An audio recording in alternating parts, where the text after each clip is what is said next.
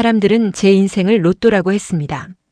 개천에서 용난 가난한 집딸이 재벌가 며느리가 되었으니 이제 고생은 끝이고 꽃길만 남았다고들 했죠. 하지만 그 대문 안으로 들어선 순간 제가 마주한 건 꽃길이 아니라 숨조차 쉴 수 없는 서늘한 감옥이었습니다. 3년 전 그날의 제 선택이 저를 이토록 비참한 구덩이로 밀어넣을 줄은 꿈에도 몰랐습니다.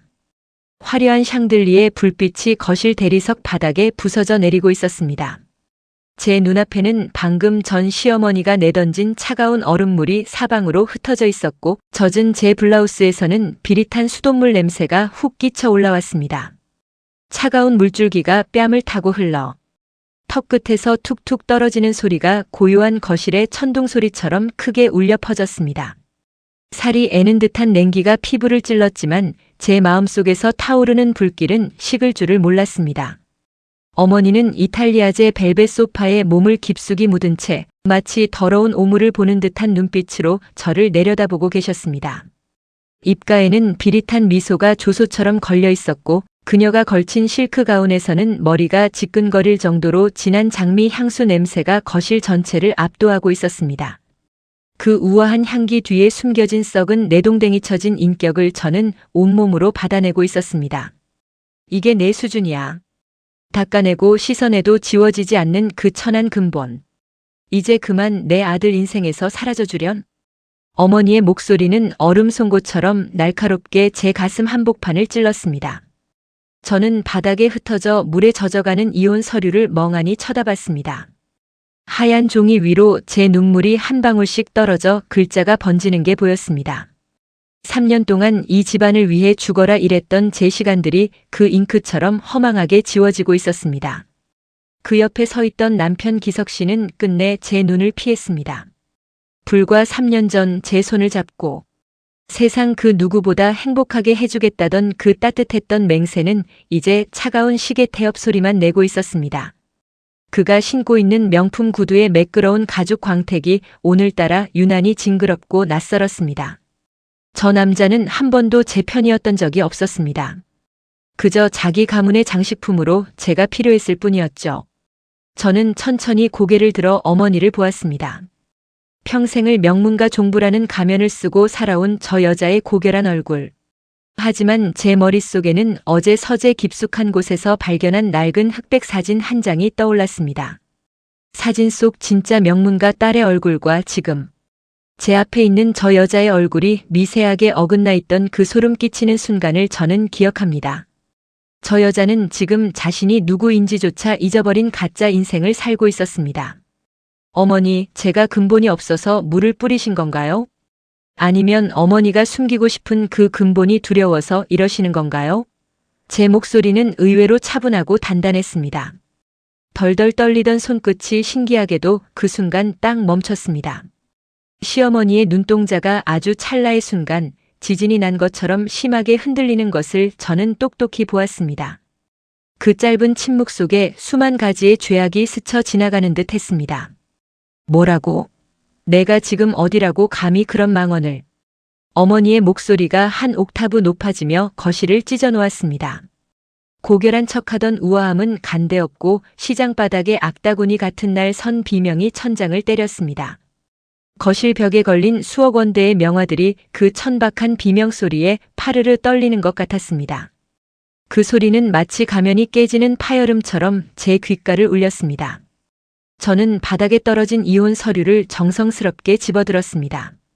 종이의 서늘하고 빳빳한 감촉이 손끝에 닿았습니다.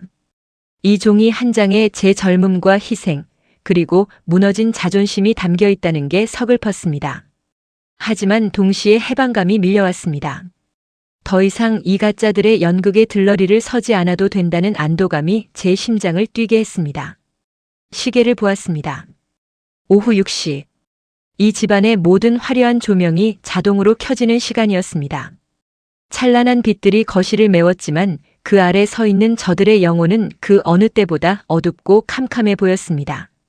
저는 그들의 어둠을 뒤로하고 고개를 꼿꼿이 세웠습니다. 제 무릎에 묻은 더러운 물기를 손으로 툭툭 털어내는 제 몸짓에는 이제 일말의 미련도 남아있지 않았습니다. 알겠습니다. 나갈게요. 하지만 어머니, 나가기 전에 한 가지만 꼭 기억하세요. 왕관은 금으로 만든다고 왕관이 되는 게 아니에요. 그걸 쓴 사람이 진짜여야 비로소 가치가 있는 거죠. 껍데기만 남은 왕관이 언제까지 당신의 머리 위에 머물 것 같으세요? 제 말에 시어머니는 입술을 파르르 떨며 아무 대답도 하지 못했습니다. 그 우아하던 안면 근육이 흉하게 일그러지는 것을 보며 저는 뒤를 돌았습니다. 하늘에서는 기다렸다는 듯 비가 내리기 시작했습니다. 저는 코트 주머니에서 아버지가 물려주신 낡은 돋보기 안경을 꺼내 들었습니다. 시어머니가 궁상 맞다며 구두로 밟아버려 알이 살짝 금이 간 그 소중한 안경 말입니다. 깨진 금 사이로 보이는 세상은 일그러져 있었지만 제 눈에는 오히려 본질이 더 선명하게 보였습니다. 기다리세요, 어머니. 아니, 김순옥 씨. 당신이 평생을 바쳐 훔친 그 이름, 내가 이제 온 세상에 돌려줄 테니까요. 그날 밤 저는 서울 변두리의 낡은 고시원으로 향했습니다. 좁고 퀴퀴한 방 안에서 곰팡이 냄새가 코를 찔렀지만 저는 오히려 마음이 편안했습니다. 낡은 책상 위에 노트북을 켜자 화면에서 뿜어져 나오는 푸른 빛이 제 얼굴을 비추었습니다. 그 빛은 제 복수의 시작을 알리는 서막과도 같았습니다. 제가 제일 먼저 연 파일은 시어머니의 학력 위조 및 신분 도용 조사 보고서였습니다. 컨설팅 펌에서 기업 사냥꾼이라 불리던 제 실력이 이런 추악한 진실을 파헤치는 데 쓰일 줄은 꿈에도 몰랐습니다. 하지만 제 손가락은 어느 때보다 민첩하게 자판 위를 날아다녔습니다. 밤이 깊어갈수록 제 눈앞에는 저들의 가짜 왕국이 무너지는 광경이 선명하게 그려졌습니다. 내 이름이 지워진 자리에 남편의 화려한 명예가 세워졌습니다. 사람들은 남편을 두고 그룹을 구할 구세주라고 천재적인 전략가라고 칭송했지만 그 천재성의 실체가 손톱 끝에서 나왔다는 사실을 아는 사람은 아무도 없었습니다. 저는 남편의 그림자가 되는 것이 사랑인 줄 알았습니다. 하지만 그것은 사랑이 아니라 제 영혼을 야금야금 갉아먹는 도둑질의 시작이었습니다. 3년 전 봄 남편 기석 씨는 매일 밤 술에 취해 들어와 거실 바닥에 주저앉아 머리를 쥐어뜯었습니다. 그룹에 사활이 걸린 신규 프로젝트 기획안을 내지 못하면 후계 구도에서 밀려날 거라며 그는 제 손을 잡고 어린아이처럼 울먹였습니다. 당신은 업계 최고의 전략가였잖아. 제발 나 좀 살려줘. 당신이 아니면 우리 가족의 미래는 없어. 그 절박한 눈빛과 따뜻했던 체온에 저는 제 모든 커리어를 내려놓고 만년필을 다시 들었습니다. 그날부터 저의 지옥 같은 밤샘 작업이 시작되었습니다. 아이를 재우고 모두가 잠든 새벽 2시, 거실의 스탠드 불빛 하나에 의지해 저는 노트북 자판을 두드렸습니다. 탁탁탁 하는 자판 소리가 고요한 집안의 심장 박동처럼 울려 퍼졌고 졸음을 쫓기 위해 마신 식은 커피의 쓴맛은 혀끝을 마비시켰습니다. 눈은 충혈되고 허리는 끊어질 듯 아팠지만 남편의 환한 미래를 생각하며 저는 제 모든 지식과 전략을 쏟아부었습니다. 마침내 한 달 만에 완성된 그룹 지배구조 개편 및 신사업 기획안. 그것은 제 10년 경력의 정수가 담긴 역작이었습니다. 서류의 빳빳한 촉감과 잉크 냄새가 코끝을 스칠 때 저는 남편과 함께 승리의 기쁨을 나눌 줄 알았습니다. 기석 씨는 제 원고를 가슴에 품으며 말했습니다. 역시 내 아내야. 당신 덕분에 내가 살았어. 이 은혜 평생 잊지 않을게. 그 감언이설이 제 목을 조르는 밧줄이 될 줄은 그때는 몰랐습니다. 하지만 기획안이 통과되고 남편이 상무로 초고속 승진하던 날 집안의 공기는 순식간에 차갑게 변했습니다. 축하 파티가 열린 고급 호텔 연회장 입구에서 시어머니는 제 팔을 강하게 낚아챘습니다. 너는 오늘 여기 들어오지 마라. 기석이가 혼자 힘으로 일어선 모습을 보여줘야 가문의 격이 사는 법이야. 평사원 출신 며느리가 도왔다는 소문나면 우리 아들 얼굴에 먹칠하는 거다. 어머니의 손톱이 제 팔뚝을 파고드는 통증보다 옆에서 그 말을 묵인하며 고개를 돌리는 남편의 뒷모습이 더 아팠습니다. 남편은 제가 밤새워 쓴 기획안으로 회장님의 극찬을 받으며 샴페인 잔을 높이 들고 있었습니다. 사람들의 박수 소리가 연회장 문틈으로 새어나올 때 저는 복도의 차가운 대리석 벽에 기대어 서 있었습니다. 화려한 드레스 대신 앞치마를 두르고 손님들에게 낼 다과를 준비하라는 시어머니의 명령이 제 귓가를 때렸습니다. 집으로 돌아오는 차 안에서 남편은 단 한마디의 고맙다는 말도 없었습니다. 오히려 그는 거만하게 다리를 꼬고 앉아 창밖을 보며 말했죠. 이번 기획안 말이야, 당신이 좀 도와주긴 했지만 사실 내 아이디어가 핵심이었어.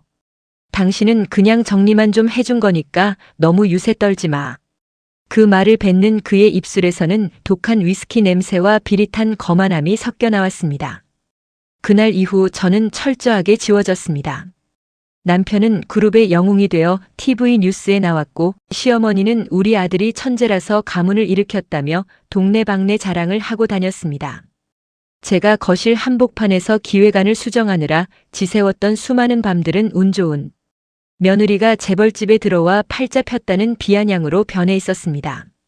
제 손가락 마디마디에 박인 펜 자국과 타이핑으로 굳어진 손목의 통증은 누구에게도 위로받지 못했습니다.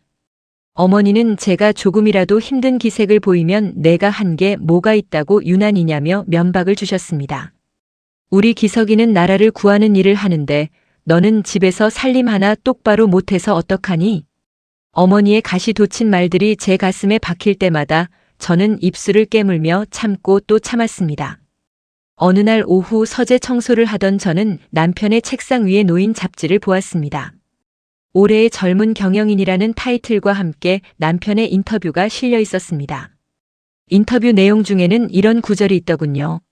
나의 모든 전략은 오로지 나 자신의 고독한 사유에서 나왔다. 가족은 그저 내 휴식처일 뿐이다. 그 활자들을 읽는 순간 제 심장은 차갑게 식어버렸습니다. 내가 그에게 준 것은 기획안이 아니라 내 인생 그 자체였습니다. 내가 포기한 커리어, 내가 버린 꿈, 내가 바친 청춘이 저 남자의 오만한 성공을 위한 걸음이 되었다는 사실이 저를 미치게 만들었습니다. 남편은 이제 제가 쓴 보고서 없이는 한 발짝도 움직이지 못하면서도 밖에서는 저를 아무것도 모르는 무식한 가정주부로 묘사하고 있었습니다. 가장 비참했던 건 그가 내가 만든 전략으로 번 돈으로 다른 여자를 만나고 있었다는 사실을 알게 된 날이었습니다. 그 여자는 화려한 학벌의 부유한 집안 딸이더군요. 남편은 그녀에게 내 아내는 수준이 안 맞아서 말이 안 통해. 당신처럼 지적인 여자가 내 옆에 있어야 하는데라고 말했답니다. 자신이 훔친 지성으로 다른 지성을 탐하는 그 가증스러운 모습에 저는 헛웃음이 나왔습니다. 그냥 그렇게 시간이 흘렀네요. 저는 더 이상 울지 않기로 했습니다. 제가 만들어준 그 화려한 성벽이 사실은 얼마나 허술한 모래성인지 제가 직접 증명해 보이겠다고 다짐했습니다. 남편이 훔쳐간 제 재능이 이제는 그의 목을 조르는 칼날이 되어 돌아갈 준비를 하고 있었습니다. 창밖으로 보이는 저택의 정원은 아름다웠지만 제 눈에는 이미 무너져 내리는 폐허처럼 보였습니다. 당신들이 짓밟은 내 재능이 어떻게 당신들의 위선을 찢어발기게 될지 똑똑히 지켜보세요. 저는 이제 그림자가 아니라 빛 그 자체가 되어 당신들의 어둠을 비추려 합니다. 아버지가 숨을 헐떡이며 저를 찾으시던 그 밤에 저는 사람이 아닌 짐승들의 소굴에서 발이 묶여 있었습니다. 거실 대리석 바닥에 부딪히는 시어머니의 구두. 굽소리는 마치 제 심장을 지시기는 망치 소리처럼 규칙적이고 잔인했습니다. 저는 그 발밑에서 제 남은 존엄이 조각조각 부서져 내리는 것을 보았습니다. 사람이 어떻게 사람에게 이토록 모질 수 있는지 저는 그날 밤 뼛속까지 시린 눈물로 배웠습니다. 전화기 너머로 들려오는 큰오빠의 목소리는 이미 뼛속까지 시린 겨울바람처럼 갈라져 있었습니다. 지수야, 아버지 마음의 준비를 해야 할 것 같다. 당장 병원으로 올 수 있니? 오빠의 그 한마디에 제 세상은 일순간 정지했습니다. 손에 쥐고 있던 휴대폰이 바닥으로 떨어졌고 제 심장은 쿵 하고 내려앉아 밑바닥으로 가라앉았습니다. 거실 통창 밖으로 보이는 밤하늘은 지나치게 고요해서 오히려 더 공포스러웠습니다. 저는 서둘러 겉옷을 챙겨 현관으로 향했습니다. 신발장에 손을 뻗는 제 손가락 끝이 덜덜 떨려 구두 주걱 하나 제대로 잡지 못했습니다. 그때였습니다. 등 뒤에서 서늘하고 묵직한 목소리가 제 뒷덜미를 낚아챘습니다. 지금 이 밤중에 어딜 그렇게 소란스럽게 나가는 게냐? 시어머니는 소파에 앉아 우아하게 홍차 잔을 기울이며 저를 쳐다보고 계셨습니다. 찻잔에서 피어오르는 김이 그녀의 차가운 눈빛과 섞여 기괴한 분위기를 자아냈습니다. 어머니, 저희 아버지가 위독하시답니다. 지금 당장 병원에 가봐야 할 것 같아요. 제 목소리는 이미 울음에 젖어 웅얼거리고 있었습니다. 하지만 어머니는 찻잔을 천천히 내려놓으며 찻잔 받침과 부딪히는 달그락 소리만을 남겼습니다. 격식 없이 이게 무슨 짓이니? 내일 아침에 사돈댁 분들과 조찬 모임이 있는 걸 잊었어? 사돈 집안 어른들이 오시는데 며느리가 친정일로 자리를 비우다니 우리 가문 얼굴에 먹칠을 할 작정이냐? 어머니, 사람이 죽어간다는데 조찬 모임이 무슨 상관인가요? 제발 한 번만 보내주세요.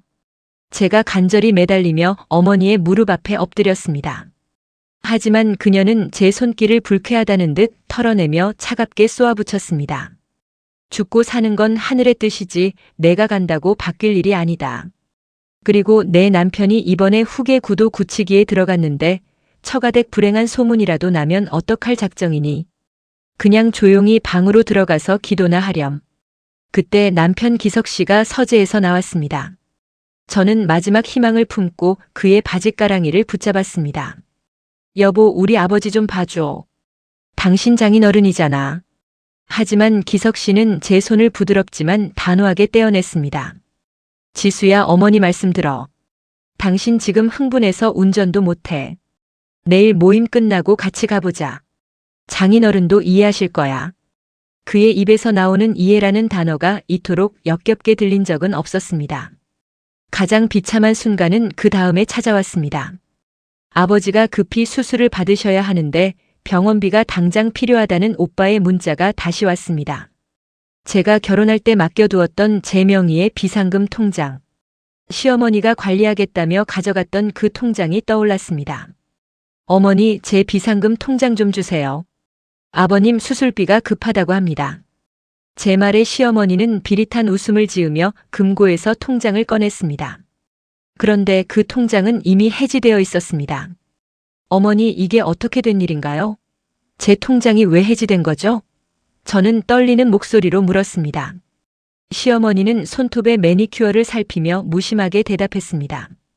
우리 가문 며느리가 개인 비자금을 들고 있는 건 예의가 아니라서 내가 어제 정리했다. 그 돈은 이미 우리 재단 장학금으로 기부 처리했으니 사돈댁 일에는 우리 집안 돈 쓸 생각 말아라. 근본 없는 집안에 돈 대주는 것도 한두 번이지. 머릿속이 하얘졌습니다. 제가 평생 피땀 흘려 모은 돈이 저 여자의 손짓 한 번에 사라졌다는 사실보다 당장 아버지의 생명을 구할 길이 막혔다는 절망감이 저를 집어삼켰습니다. 저는 미친 사람처럼 가방을 뒤져 아버지가 유일하게 제게 남겨주셨던 유품인 낡은 돋보기 안경을 꺼냈습니다. 아버지가 젊은 시절 제가 공부할 때 직접 씌워주시며 우리 딸은 꼭 훌륭한 사람이 될 거라며 쓰다듬어 주시던 그 안경 말입니다. 그 안경이라도 쥐고 있으면 아버지가 살아계실 것 같았습니다. 그런데 시어머니가 제 손에서 그 안경을 가로챘습니다. 이런 구질구질한 쓰레기를 왜 아직도 들고 있니? 이런 게 내 수준을 보여주는 거야. 그녀는 말을 마치자마자 안경을 바닥으로 내던졌습니다. 그리고 그녀의 뾰족한 명품 구두굽으로 그 안경알을 정조준하여 짓밟았습니다. 빠드득하며 안경알이 가루가 되어 흩어지는 소리가 고요한 거실을 찢어놓았습니다. 어머니, 방금 어머니가 밟으신 건 안경이 아니라 우리 아버지의 평생이었습니다. 그리고 제 마지막 인내심이기도 하고요. 제 목소리는 이제 울음기 없이 아주 차갑고 건조하게 변해 있었습니다. 시어머니는 제 반응이 의외라는 듯 눈썹을 치켜 세웠습니다. 오냐, 그래봤자 내가 뭘 어쩌겠느냐. 당장 방으로 들어가라. 사돈 소식은 내일 아침 조찬 모임 끝나고 나서 알아봐도 늦지 않다. 저는 깨진 안경 조각을 손에 꽉 쥐었습니다.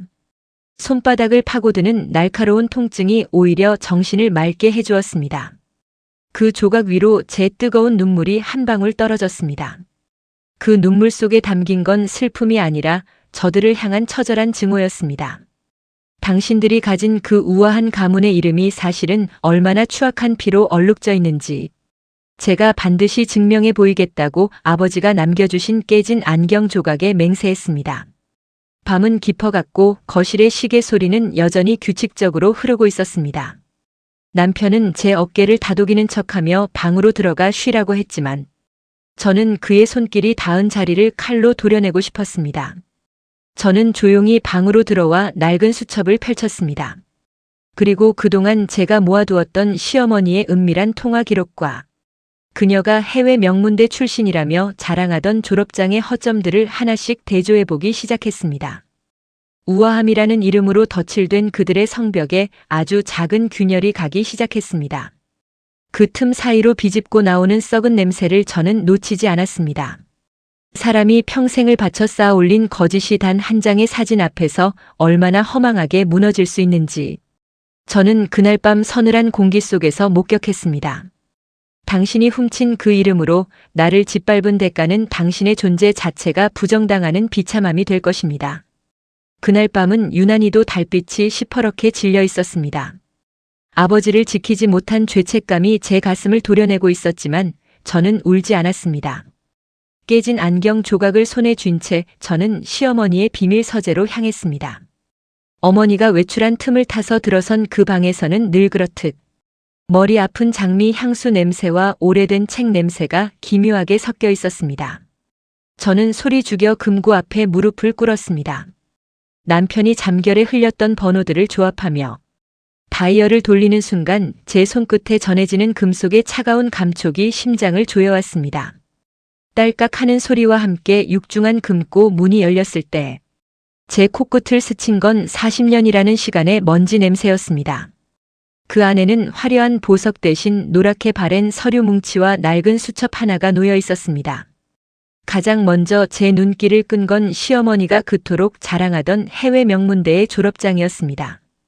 금박이 입혀진 고결한 문장 아래에는 그녀의 이름이 선명하게 박혀 있었습니다. 하지만 그 옆에 놓인 빛바랜 흑백 사진 속의 인물은 지금의 시어머니가 아니었습니다. 사진 속의 젊은 여인은 맑고 투명한 눈동자를 가진 단아한 인상이었지만 지금 제 앞에 있는 시어머니의 도끼 서린 눈빛과는 본질부터가 달랐습니다. 저는 떨리는 손으로 사진 뒷면을 뒤집어 보았습니다.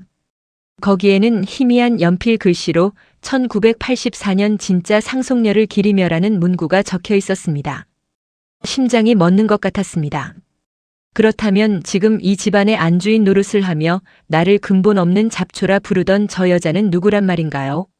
제 머릿속에서 시어머니의 비릿한 웃음소리가 환청처럼 들려왔습니다. 근본 없는 피는 어쩔 수 없다는 그 잔인한 목소리가 오히려 그녀 자신을 향한 칼날이었다는 사실이 소름 끼치게 다가왔습니다. 사흘 뒤 저는 조력자인 선배를 만나 시어머니의 과거를 디지털 포렌식으로 추적하기 시작했습니다. 좁은 오피스텔 안에는 컴퓨터 펜 돌아가는 소리만이 가득했고 공기는 긴장감으로 팽팽하게 당겨져 있었습니다. 선배가 모니터를 가리키며 낮은 목소리로 말했습니다. 지수야, 이거 봐라. 40년 전 실종 신고된 진짜 상속녀의 비서 이름이 김순옥이야. 그리고 그 김순옥의 얼굴이 지금 내 시어머니의 젊은 시절과 완벽하게 일치해. 선배의 말이 끝나는 순간 창밖에서 번개가 번쩍하며 방 안을 하얗게 비추었습니다. 그 찰나의 빛 속에 비친 시어머니의 진실은 추악하기 그지없었습니다. 가난한 집딸로 태어나 명문가 비서로 들어갔던 여자가 사고로 상속녀가 실종되자 그녀의 신분증과 학벌을 통째로 훔쳐 지금의 자리에 앉은 것이었습니다. 자신의 비천함을 숨기기 위해 누구보다 혹독하게 타인의 근본을 따졌던 그 위선에 저는 구역질이 났습니다. 일주일 뒤 다시 돌아온 시댁의 아침 식탁은 평소와 다름없이 고요하고 우아했습니다. 은식기가 접시와 부딪히는 챙그랑 소리만이 들렸고 시어머니는 여전히 거만한 자세로 신문을 읽고 있었습니다. 그녀가 내뿜는 장미 향기가 오늘따라 유독 시체 썩는 냄새처럼 느껴졌습니다. 저는 국그릇을 응시하며 조용히 입을 열었습니다. 어머니, 저 어제 재미있는 기사를 읽었는데 40년 전 실종된 어느 집 따님 이야기가 나오더라고요. 시어머니의 신문이 미세하게 떨리는 것을 저는 놓치지 않았습니다. 그녀는 고개를 들지 않은 채 차갑게 대꾸했습니다. 그런 시답지 않은 이야기가 우리 집 식탁에서 나올 법한 주제니 너는 아직도 격식이라는 걸 배우지 못한 게냐? 그녀의 목소리는 평소처럼 단호했지만 그 끝이 아주 미세하게 갈라지고 있었습니다. 네, 어머니, 그런데 그 실종된 분의 비서 이름이 김순옥이었다는데 그 이름 혹시 들어보셨나요? 식탁 위의 공기가 순식간에 영하로 얼어붙었습니다. 옆에 앉아있던 남편이 당황한 듯 제 팔을 잡았지만 저는 그 손을 거칠게 뿌리쳤습니다. 시어머니는 천천히 고개를 들어 저를 보았습니다. 그녀의 눈동자 속에는 당혹감과 살기가 뒤섞여 소용돌이치고 있었습니다. 그날 밤 시어머니는 저를 따로 방으로 불렀습니다. 어두운 방 안에는 스탠드 불빛 하나만이 켜져 있었고 그녀의 그림자가 벽면에 거대하고 흉측하게 드리워져 있었습니다. 내가 감히 나를 협박하려는 게냐? 그 입에서 나오는 목소리는 이제껏 들어본 적 없는 밑바닥에 거친 본성이 섞여 있었습니다. 저는 그녀의 앞에 깨진 안경 조각을 내려놓았습니다. 어머니가 밟으신 건 우리 아버지의 자존심이었지만 제가 밟을 건 어머니의 가짜 인생입니다. 김순옥 씨, 이제 그 우아한 연극은 끝났어요. 저는 그녀의 귓가에 차갑게 속삭였습니다. 그녀는 제 뺨을 때리려 손을 올렸지만 저는 그 손목을 강하게 낚아챘습니다. 늙고 주름진 그녀의 피부에서 느껴지는 건 고귀한 혈통의 온기가 아니라 도둑질한 인생을 지키기 위해 발버둥치는 자의 비릿한 땀 냄새뿐이었습니다. 그냥 그렇게 시간이 흘렀네요. 저는 더 이상 도망치지 않기로 했습니다. 그녀가 가장 화려하게 빛나는 순간에 그녀의 발밑을 무너뜨릴 거대한 덫을 놓기 시작했습니다. 창밖에는 여전히 비가 내리고 있었고 대저택의 어둠은 더 짙어만 갔습니다.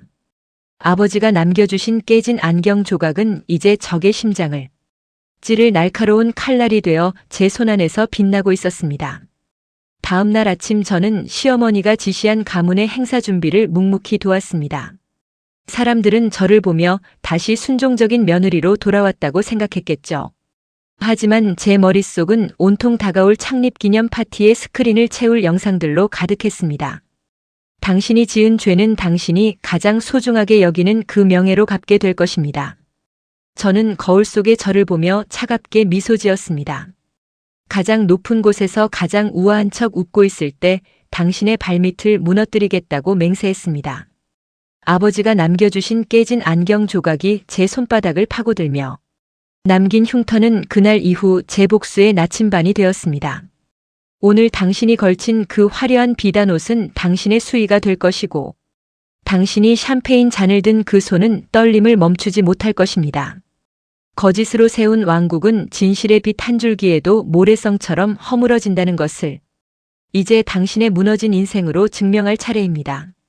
가문의 창립 50주년 기념 파티장은 화려함의 극치였습니다. 천장에 매달린 수천 개의 크리스털 샹들리에가 내뿜는 빛은 눈이 시릴 정도로 찬란했고 연회장을 가득 채운 고가의 꽃 향기는 오히려 죽음의 냄새처럼 비릿했습니다. 사람들의 가식적인 웃음소리와 얼음이 부딪히는 챙그랑 소리가 귓가를 어지럽게 때렸지만 저는 차가운 얼음물처럼 고요했습니다. 제 손목에 감긴 시계 바늘이 파멸의 시간을 향해 한 칸씩 움직이는 소리만이 제 심장 박동과 일치했습니다. 시어머니는 연단 위에서 세상 그 누구보다 고결한 표정으로 서 있었습니다. 보랏빛 실크 드레스 위로 반짝이는 다이아몬드 목걸이가 그녀의 가짜 신분을 호위하듯 빛나고 있었습니다. 그녀는 마이크 앞에 서서 가문의 전통과 명예를 논하며 특유의 고결한 어조로 연설을 시작했습니다. 그 가증스러운 입술이 움직일 때마다 저는 가방 속 외장하드를 손으로 꽉 쥐었습니다.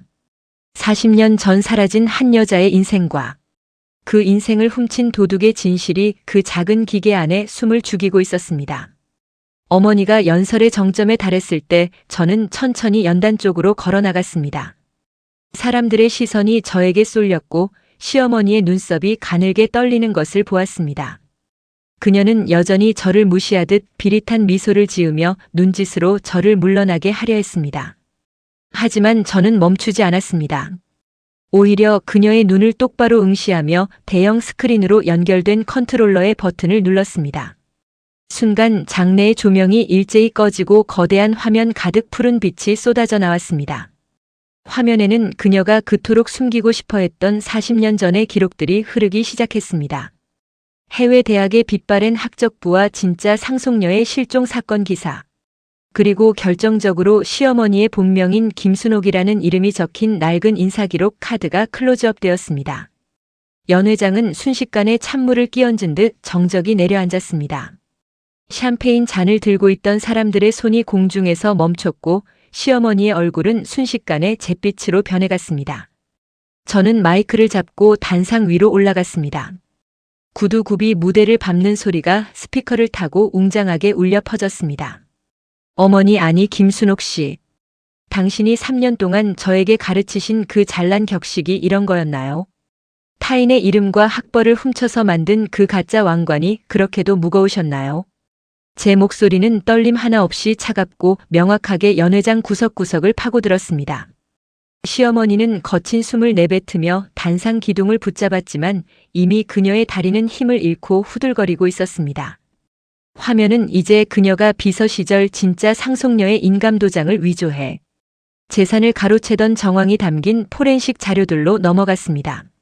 사람들의 웅성거림이 파도처럼 거세졌고 시시아버지와 남편은 경악한 표정으로 굳어버렸습니다. 제가 쫓겨나던 날 제 얼굴에 물을 뿌리며 근본 없는 잡초라고 비웃던 그 목소리가 환청처럼 들려왔습니다. 하지만 지금 이 자리에서 가장 근본 없고 추악한 잡초는 화려한 드레스를 입은 채 사르르 무너져 내리는 저 여자였습니다. 김순옥 씨, 당신이 짓밟은 건 우리 아버지의 낡은 안경이 아니라 당신의 마지막 양심이었어요. 남의 인생을 훔쳐서 누린 그 40년의 영광이 오늘 이 한 장의 사진으로 끝난다는 게 허무하지 않으신가요? 저는 그녀의 발밑에 제가 고이 모아두었던 깨진 안경 조각들을 천천히 뿌렸습니다. 반짝이는 유리 조각들이 그녀의 화려한 드레스 자랑 옆에서 잔인하게 빛나고 있었습니다. 연 회장 문이 열리고 제가 미리 부른 수사관들이 들어왔습니다. 시어머니는 비명을 지르며 제 멱살을 잡으려 했지만 저는 그 손을 가볍게 쳐냈습니다. 그녀가 제 옷깃을 스칠 때 풍기던 그 지독한 장미. 향수 냄새는 이제 공포와 수치심이 뒤섞인 비릿한 땀 냄새로 변해 있었습니다. 남편 기석 씨가 제 팔을 붙잡으며 살려달라고 애원했지만 저는 그의 눈을 보며 차갑게 미소 지었습니다. 당신이 가로챈 내 기획안과 당신 어머니가 가로챈 그 인생 내가 오늘 전부 압수해 갈게. 시어머니는 수사관들의 손에 이끌려 연 회장을 가로질러 나갔습니다. 그녀가 지나가는 길마다 사람들의 수군거림과 경멸 어린 시선이 쏟아졌습니다. 평생을 명문가 귀부인으로 대접받던 여자가 단 한순간의 신분. 도용 범죄자로 추락하는 광경은 그 어떤 영화보다도 참혹하고 강렬했습니다. 대리석 바닥을 긁으며 끌려나가는 그녀의 구두 소리가 오늘따라 유난히 경쾌하게 들렸습니다. 그냥 그렇게 시간이 흘렀네요. 소란스럽던 연 회장의 홀로 남은 저는 깨진 안경 조각 하나를 집어들었습니다. 그 작은 유리 조각에 비친 제 모습은 예전처럼 억눌린 며느리가 아니었습니다. 자신의 이름을 되찾고 적의 가면을 부숴버린 당당한 한 인간의 얼굴이었습니다. 아버님, 이제 편히 쉬세요. 저는 텅 빈 무대 위에서 조용히 눈을 감았습니다. 코끝을 맴돌던 장미 향수는 사라지고 창밖에서 불어오는 서늘한 밤바람 냄새가 마음을 정화해주는 것 같았습니다. 이제 이 집안에 남은 건 텅 빈 껍데기와 추악한 소문뿐이겠지요. 당신들이 가진 돈과 명예로 저를 짓밟으려 했던 그 오만함이 당신들의 목을 조르는 밧줄이 되어 돌아갔습니다. 저는 이제 이 화려한 지옥을 뒤로하고 제 인생의 진짜 주인이 되기 위해 걸어나갑니다. 가짜의 종말은 이토록 허망하고 시끄러웠습니다. 하지만 진실의 시작은 고요하고 숭고할 것입니다. 저는 연 회장 입구에서 제 이름을 부르는 남편의 비겁한 외침을 무시한 채 어둠 속으로 몸을 던졌습니다. 그 어둠은 저를 가두는 감옥이 아니라 새로운 내일을 준비하는 포근한 품이었습니다.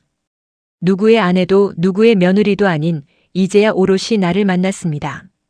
평생을 남의 이름을 지켜주느라 내 이름 석자는 낡은 수첩 속에나 박혀 있었는데 거울 속에 비친 내 얼굴이 이렇게 낯설고도 눈부신 줄은 예전엔 미처 몰랐습니다. 폭풍우가 지나간 자리에는 서늘한 평화가 찾아왔고 가짜 왕관을 벗어던진 제 머리 위로는 이제 따뜻한 햇살만이 내려앉고 있습니다. 당신들이 내게서 빼앗으려 했던 건 돈과 명예였겠지만 내가 끝내 지켜낸 건 바로 나 자신이라는 이름이었습니다. 그 일이 있고 한 달 뒤 저는 작고 아담한 사무실을 하나 계약했습니다. 시댁의 거대한 저택에 비하면 화장실만 한 크기였지만 창가로 쏟아지는 햇살의 온도만큼은 그 어느 곳보다 뜨거웠습니다. 새로 판 명함 위에 새겨진 내 이름 석자를 손가락으로 가만히 쓸어보았습니다. 빳빳한 종이의 질감과 잉크의 향기가 코끝을 간지럽혔고 제 손끝에 닿는 그 감촉이 너무도 생경해서 한참을 멍하니 서 있었습니다. 지수야, 고생 많았다. 내 입술로 내 이름을 나직이 불러보았을 때 가슴 밑바닥에서 뜨거운 무언가가 울컥하고 치솟아 올랐습니다. 사무실 창밖으로는 남산타워가 보이고 사람들의 활기찬 발걸음 소리가 경쾌하게 들려왔습니다. 예전 시댁 서재에서 남편의 기획안을 대신 써주던 그 어둡고 습한 새벽과는 공기부터가 달랐습니다. 이제는 누구의 그림자가 아니라 나를 믿고 찾아온 사람들을 위해 내 지식을 나누는 시간들이 이어지고 있습니다. 굳은 살 박인 제 손마디가 이제는 부끄럽지 않습니다. 이 굳은 살이야말로 내가 내 인생을 치열하게 살아냈다는 훈장처럼 느껴지니까요. 어느 화창한 오후 저는 아버지가 계신 수목장을 찾았습니다. 바람이 불 때마다 나뭇잎들이 서로 부딪히며 내는 사각사각 소리가 마치 아버지가 저를 반겨주시는 웃음소리 같았습니다. 저 이제 하나도 안 무서워요. 아버지가 가르쳐 주신 대로 정직하게 그리고 내 힘으로 당당하게 살고 있어요. 안경 너머로 보이는 세상은 이전보다 훨씬 맑고 투명했습니다. 아버지가 물려주신 건 돈이나 땅이 아니라 진실을 꿰뚫어 보는 눈과 어떤 시련에도 꺾이지 않는 마음이었다는 걸 이제야 깨닫습니다. 나무 밑동에 흐드러진 들꽃 향기가 코끝에 머물렀고 제 어깨 위로 떨어지는 나뭇잎 하나가 마치 아버지의 따뜻한 손길처럼 느껴졌습니다. 전 남편에게서는 가끔 연락이 옵니다. 어머니가 구치소에 계시고 집안 재산이 압류당해 힘들다는 찌질한 변명들이 가득한 문자들입니다. 예전 같으면 마음이 약해졌을지도 모르지만 지금은 그저 아무런 감흥이 없습니다. 그가 보낸 문자를 지우는 제 손가락 끝은 단호했고 마음은 호수처럼 고요했습니다. 가짜 사랑에 속아 내 영혼을 팔았던 그 시절은 이제 지나간 계절의 낙엽처럼 바스라져 사라졌습니다. 당신이 잃은 건 재산이 아니라 바로 당신 곁을 지키던 유일한 진심이었다는 걸 당신은 평생 모르고 살겠죠. 오늘 저녁은 오롯이 나만을 위한 밥상을 차렸습니다. 김이 모락모락 나는 흰 쌀밥에 짭조름한 된장찌개 하나뿐이지만 시댁에서 눈치 보며 먹던 그 화려한 성찬보다 100배는 더 달고 고소합니다. 숟가락이 그릇에 부딪히는 맑은 소리와 보글보글 찌개 끓는 소리가 제 작은 집안을 가득 채웁니다. 식탁 앞에 앉아 창밖의 야경을 바라보며 마시는 차 한 잔의 여운은 그 무엇과도 바꿀 수 없는 행복입니다. 생각해보면 우리 인생도 이 찻잔 속의 찻잎 같습니다. 뜨거운 물에 데이고 짓눌려야 비로소 제 향기를 내뿜기 시작하니까요. 저도 그 차가운 시댁에서 모진 풍파를 겪고 나서야 비로소 내 안에 진짜 향기를 찾은 것 같습니다. 시청자 여러분, 여러분의 이름은 지금 어디에 있나요? 자식 뒷바라지에 남편 수발에. 혹시 여러분의 소중한 이름, 석자를 잃어버리고 살고 계시지는 않은가요? 자식에게 다 퍼주고 빈손으로 남겨지는 것이 부모의 숙명이라고들 하지만 저는 그렇게 생각하지 않습니다. 내가 먼저 당당하고 내가 먼저 나를 사랑해야 비로소 자식들에게도 진정한 사랑을 줄 수 있다는 걸 이제야 알았습니다. 늦었다고 생각할 때가 가장 빠른 때라는 말 식상하지만 참 진리더라고요. 이른이 다 된 우리 아버지도 제게 말씀하셨죠. 지수야, 내 인생의 주인공은 너다. 어느새 창밖에는 달빛이 은은하게 번지고 있습니다. 내일은 또 어떤 도전과 만남이 저를 기다리고 있을까요? 저는 더 이상 두렵지 않습니다. 제 손에는 아버지가 남겨주신 정직의 안경이 있고 제 가슴 속에는 저만의 단단한 이름이 새겨져 있으니까요. 낡은 만년필을 들고 일기를 쓰는 제 손끝에 힘이 들어갑니다. 오늘 하루도 참 잘 살았습니다. 여러분도 오늘 밤엔 거울 속에 자신을 보며 이름을 한번 불러주세요. 누구 엄마, 누구 할머니가 아니라 오직 당신만의 이름을요. 그리고 수고했다고 정말 잘 버텨왔다고 따뜻하게 안아주세요. 당신의 인생은 그 자체로 이미 충분히 위대하고 아름다우니까요. 달빛이 창가를 비추고 고요한 밤이 깊어갑니다. 저는 이제 편안한 마음으로 잠자리에 듭니다. 꿈속에서도 저는 제 이름을 부르며 넓은 들판을 당당하게 걷고 있겠죠. 복수는 끝났지만 제 인생은 이제 막 시작되었습니다. 내일 아침 눈을 뜨면 오늘보다 더 정직하고 맑은 태양이 제 얼굴을 비추어 줄 것을 믿습니다. 긴 시간 제 이야기를 들어주셔서 감사합니다. 그냥 그렇게 우리는 다시 우리의 이름으로 만날 것입니다.